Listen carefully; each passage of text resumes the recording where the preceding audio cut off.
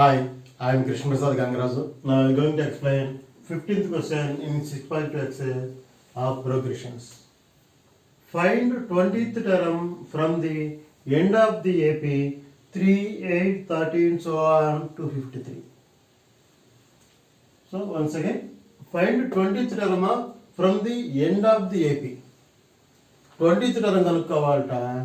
ఈ లైన్లో ఉన్న 20th term కాదు, ఎండ్ ఆఫ్ ది ఏపీ అంటే ఎండ్ నుంచి, అంటే ఇటు నుంచి 20th term కనుక్కోవాలి. ఇది క్వశ్చన్ అంటే కొంచెం రివర్స్గా ఉంది కాబట్టి దీనికి తగ్గట్టుగా మనం మ్యాటర్ రాసుకోవాలి. So ఎట్లాగంటే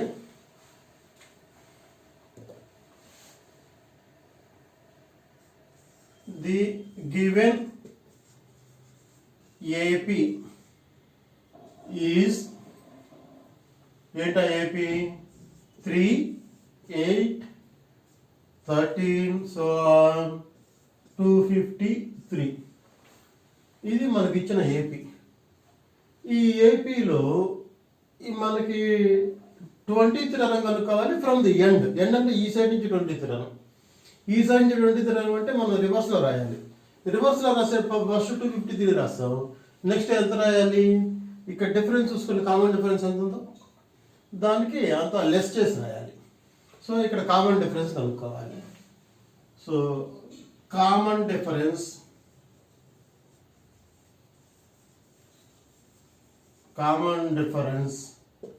comma d is equal to a2 minus a1.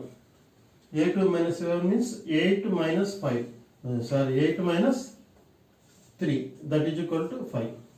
So common difference 5 ఇది ఈ ఆర్డర్లో ఉన్నప్పుడు. సో రివర్స్లో కూడా మనం వచ్చేటప్పుడు తగ్గించాలి, లెస్ చేయాలి, అంటే దీనికి మైనస్ పెట్టుకోవాలి. So the AP after reversing the order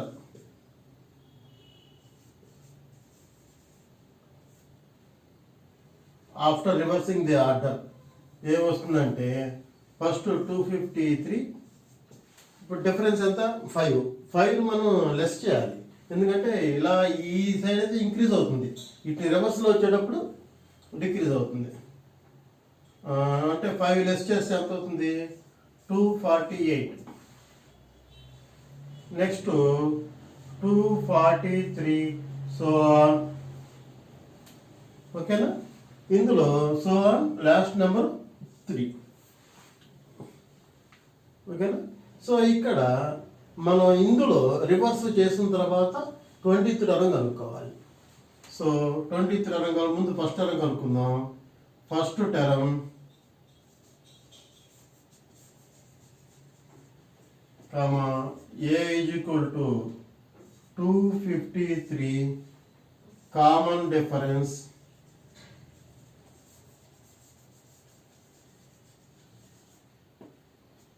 d is equal to a2 minus a1. a2 అంటే ఇక్కడ 248 మైనస్ a1 అంటే 253. ఈ లెస్ చేస్తే -5, బిగ్గర్ నెంబర్స్ అయినాయి. So d value -5. సో మనకి 20th term కావాలి. ముందు an ఫార్ములా రాద్దాం. an is equal to a plus n minus 1 into d. So a20 term కదా అడిగింది. 20 a20 is equal to a అంటే ఫస్ట్ టర్మ్ 253 ప్లస్ n అంటే 20 minus 1 d అంటే -5. So 253 plus 20లో 1 less చేస్తే 19 into -5. So 253 plus into minus 5 9s are 45, 5 9s are 45, 4 balance, 5 1s are 5, 9, 95. So 253లో మనం 95 less చేయాలి. 253లో 95 less చేస్తే 3లో 8 పోదు కాబట్టి ఇక్కడ బారో 1, 13లో 8 పోతే 13లో 5 పోతే 8, ఇంకా 4లో 9 పోతుంది కాబట్టి ఇక్కడ బార్ అగైన్ 14, 14లో 9 పోతే 5, సో 1. సో ఆన్సర్ ఎంత? 158. This is A20. 20th term is 158. Therefore 20th term from end is 158. Okay. So 16th question, the sum of 4th and 8th term of AP is 24. అంటే అర్థం ఏంటి? 4th టర్మ్ని 8th టర్మ్ని add చేస్తే 24 వచ్చిందిట. And the sum of 6 and 10th term is 44.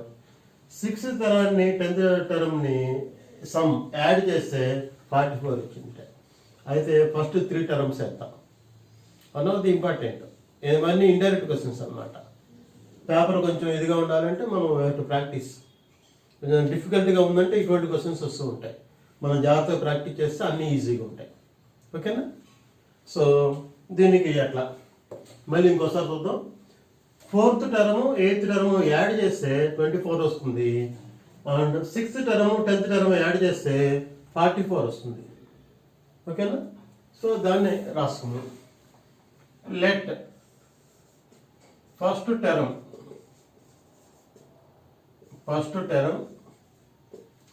is equal to A. Common difference is equal to D. First term A, common difference D అనుకుందాం. So given ఏమి ఇచ్చారు మనకి? Some of 4th and 8th term is ఎంత? 24. That is A4 plus A8 is equal to 24. A4 అంటే మనకు తెలుసు కదా, మనకు AN ఫార్ములా, అది రాద్దాం. A plus 4 minus 1 into D plus A plus 8 minus 1 into D is equal to 24.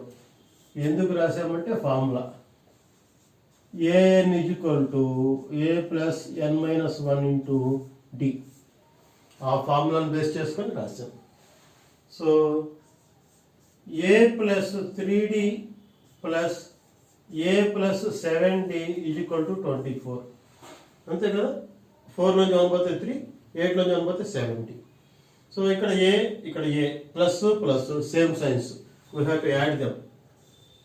2A plus ఇక్కడ 3D, ఇక్కడ 7, 3, 7 యాడ్ చేస్తే 10D is equal to 24. 2A plus 10D is equal to 24. అన్నిట్లో 2 టేబుల్ పోతుంది చూడండి, కాబట్టి 2తో క్యాన్సిల్ చేద్దాం. Divide on both sides with 2. 2తో డివిజన్ చేస్తే A ప్లస్ 10లో 2 table 5 times 5D is equal to 24. So దీని ఎదురుగుండా 1. అండ్ ఆల్సో గివెన్ మరి రెండో పాయింట్ ఇచ్చారు, some of 6 and 10th term is 44. So and also given sum of 6th and 10th. 6th and 10th, 10th right మర్చిపోయాం. 10th term is equal to 44. That is A plus 6 minus 1 into D plus A plus 10 minus 1 into D is equal to 44. So A plus 5D plus A plus 9D is equal to 44. So plus a 2a plus 5d plus 9d 14d is equal to 44. ఓకేనా? So ఇప్పుడు ఏం చేద్దాం, 2 టేబుల్తో division చేద్దాం.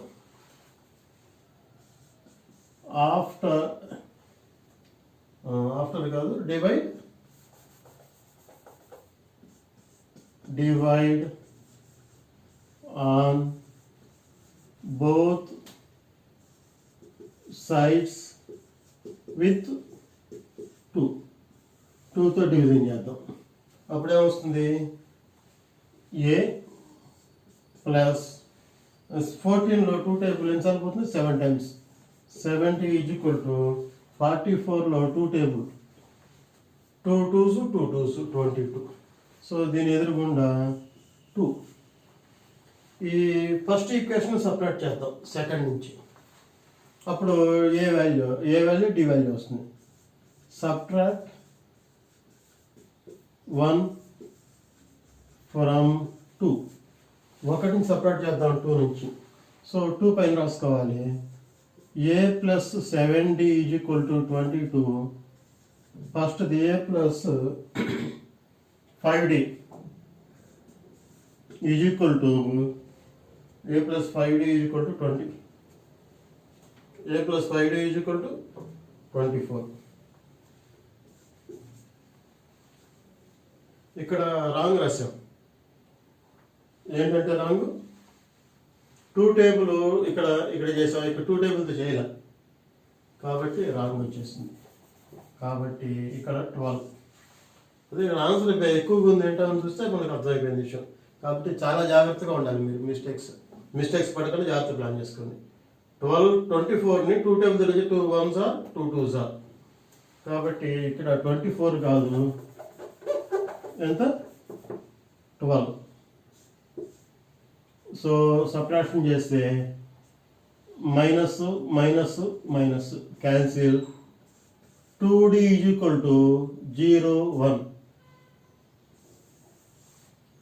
d is equal to 10/2. d is equal to 5. So d value 5 వచ్చింది. ఓకేనా? ఇప్పుడు ఏ value కావాలి. ఏ value కావాలంటే ఇది తీసుకెళ్ళి 1లోనో 2లోనో ఎక్కడ సబ్స్టిట్యూట్ చేసినా ఏ వాల్యూ వస్తుంది. సబ్స్టిట్యూట్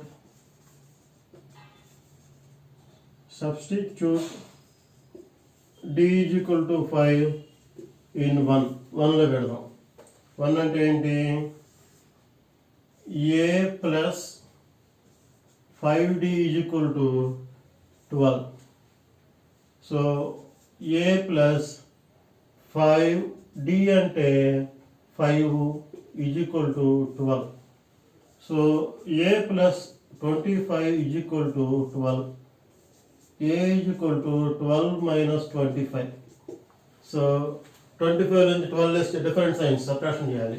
25లో లేస్తే 13 బిగ్గర్ నెంబర్ సైన్. సో ఏ వాల్యూ -13 వచ్చింది. ఏ తెలుసు, డి తెలుసు. నెక్స్ట్ 3 టర్మ్స్ ఏంటి అడిగింది. ఫస్ట్ 3 టర్మ్స్ కదా. Find the first 3 terms. The first 3 terms of AP are, మనకు తెలుసు కదా ఫార్ములా. ఫస్ట్ టర్మ్ ఏ అంటాం, second term a plus d, third term a plus 2d. So first term ఎంత అనుకున్నాం, -13 comma a plus d. -13 plus d అంటే 5. Third term a అంటే -13 plus 2d, 2 into 5. So -13 plus 5 అంటే -8 comma -13 plus 10, -3 comma -8 comma -3. Different signs, we have to separate them. So therefore the first 3 terms are -13, -8, -3. So this is the 16th question. So 17th question. Subbarao started his job in 1995. Subbarao ఆయన ఉద్యోగం 1995లో start చేశాడట. At a monthly salary ₹5,000. ఆయన monthly salary ఎంతట 5,000. 1995లో ఆయన ఉద్యోగం చేయటం మొదలుపెట్టాడు. ఎవరు? Subbarao. Monthly salary 5,000 తోటి. And received in increment of ₹200. 200 rupees increment దొరుకుతుందట ఎవ్రీ ఇయర్, ఈచ్ ఇయర్. ప్రతి సంవత్సరం ఆయనకి ఇంక్రిమెంట్ 200 రూపీస్ ఇస్తున్నారు. 200 రూపీస్ ఇంక్రిమెంట్ ఇస్తున్నారు. స్టార్టింగ్ శాలరీ అంతా 1995లో ఆయన salary 5,000. Every year 200 rupees increment ఇస్తున్నారు. In which year he salary reaches 7,000. ఏ సంవత్సరానికి ఆయన శాలరీ 7,000 రీచ్ అవుతుంది? ఇది క్వశ్చన్. మీరు ఇచ్చిన క్వశ్చన్ జాగ్రత్తగా మీరు స్టడీ చేస్తే చాలా ఈజీ ఆన్సర్, ఏం కష్టం లేదు. మీరు ఫస్ట్ అర్థం చేసుకోవాలి. What is given data, what we have to prove, what we have to find. ఈ రెండు మాటలు కనుక పర్ఫెక్ట్గా ఉంటే అస్సలు ఎంత ఈజీనో అంత ఈజీ. సో ఇక్కడ గివెన్ డేటా అనేది రాసుకుందాం. Subbarao started his job in the year 1995. 1995లో ఆయన ఉద్యోగం మొదలుపెట్టాడు.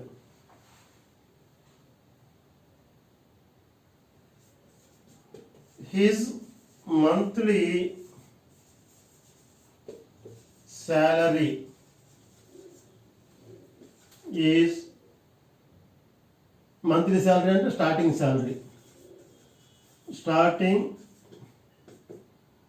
Salary is equal to ₹5,000. అతని స్టార్టింగ్ శాలరీ 5,000. తర్వాత ఇంక్రిమెంట్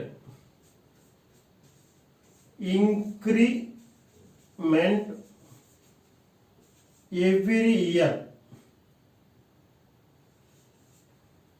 ఇంక్రిమెంట్ ఇక్కడ ఎవ్రీ అన్నమాట రాసుకోవాలి. Increment every year is equal to ₹200. ప్రతి సంవత్సరం 200 ఇంక్రీజ్ అవుతూ ఉంటుందట. కాబట్టి ఇది ఏపీలో ఉందో లేదో చూద్దాం. మనంతా ఏపీ సంస్థ కదా, ఇప్పుడు ఏపీలో ఉందో లేదో చూద్దాం. కాబట్టి Subbarao salary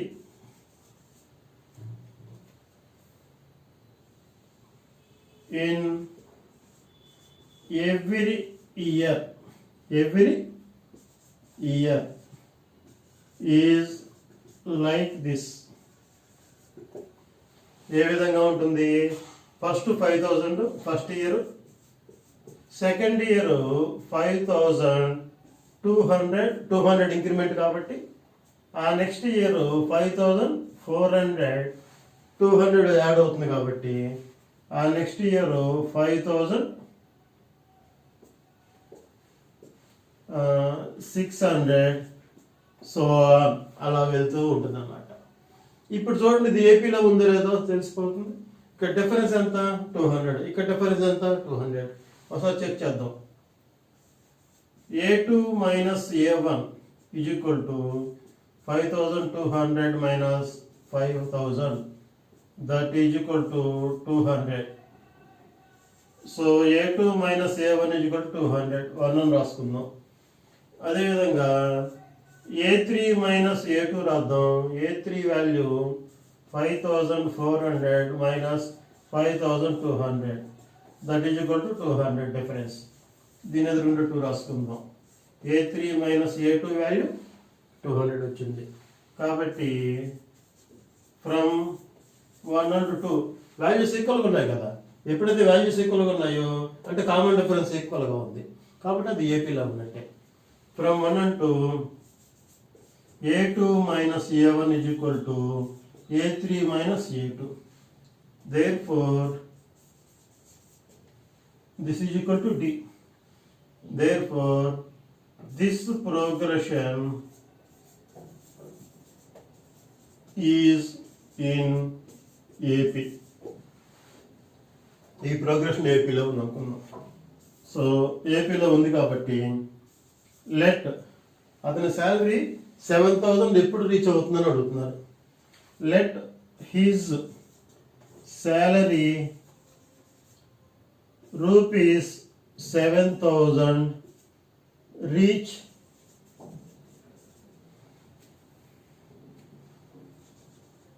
in n years. ఎన్ని ఇయర్స్లో రీచ్ అవుతుంది అనుకుందాం. అప్పుడు ఆయన శాలరీ అంటే ఇలా వేసుకుంటూ పోతూ ఉంటే నెంబర్స్ ఈ 7,000 రావాలి. So that is a n is equal to 7,000. A n is equal to 7,000. A అంటే ఎంత value? First formula a plus n minus 1 into D is equal to 7,000. A value ఎంత? 5,000. ఎన్ అంటే మనం అదే కనుక్కోవాలి. డి అంటే ఎంత వచ్చింది? 200. That is equal to 7,000. ఓకేనా? సో ఎన్ వాల్యూ కనుక్కోవాలంటే ఎన్ ఒకటి ఇక్కడ ఉండాలి, మిగతా అవన్నీ రైట్ సైడ్ మనం తీసుకెళ్ళాలి. సో ఫస్ట్ దేన్ని తీసుకెళ్తాం అంటే 5,000 తీసుకెళ్తాం. ఈ 200ని తీసుకెళ్తాం. ఫస్ట్ 5,000నే తీసుకెళ్తాం, ఎందుకంటే ఇది వేరే టర్మ్, ఇది వేరే టర్మ్. కాబట్టి N minus 1 into D is equal, D కాదు, N minus 1 into 200 is equal to 7,000 minus 5,000. So N minus 1 into 200 is equal to 2,000. So N minus 1 is equal to 2,000 by 200 ఇక్కడ multiply చేస్తుంది, right side వెళ్తే division అవుతుంది. 200 0 0 0 0 cancel, 20/2, 2 ones 2 ones. So n minus 1 is equal to ఇక్కడ 10 ఉంది. n is equal to 10 minus 1 going to right side plus 1, కాబట్టి n is equal to 11. So n value 11 వచ్చింది కాబట్టి after 11 years Subbarao salary will be 7,000. After 11 years అంటే ఏ year అవుతుంది? Starting year 1995, దీనికి 10 add చేస్తే 2005, ఇంకొకటి 11 కాబట్టి 2006. So Subbarao salary will be 7,000 rupees, 7,000 in 2006 year. 2006 ఇయర్లో ఆయన శాలరీ 7,000 అవుతుందన్నమాట. సో ఈ సమ్ తోటి ఈ ఎక్సర్సైజ్ కంప్లీట్ అయింది. జాగ్రత్తగా చేయండి. One of the important exercise. మీరు డౌట్స్ ఉంటే కామెంట్ రాయండి. ఈ సబ్జెక్ట్ 10 మందికి రీచ్ అవ్వడానికి ప్లాన్ చేయండి. Thank you for watching.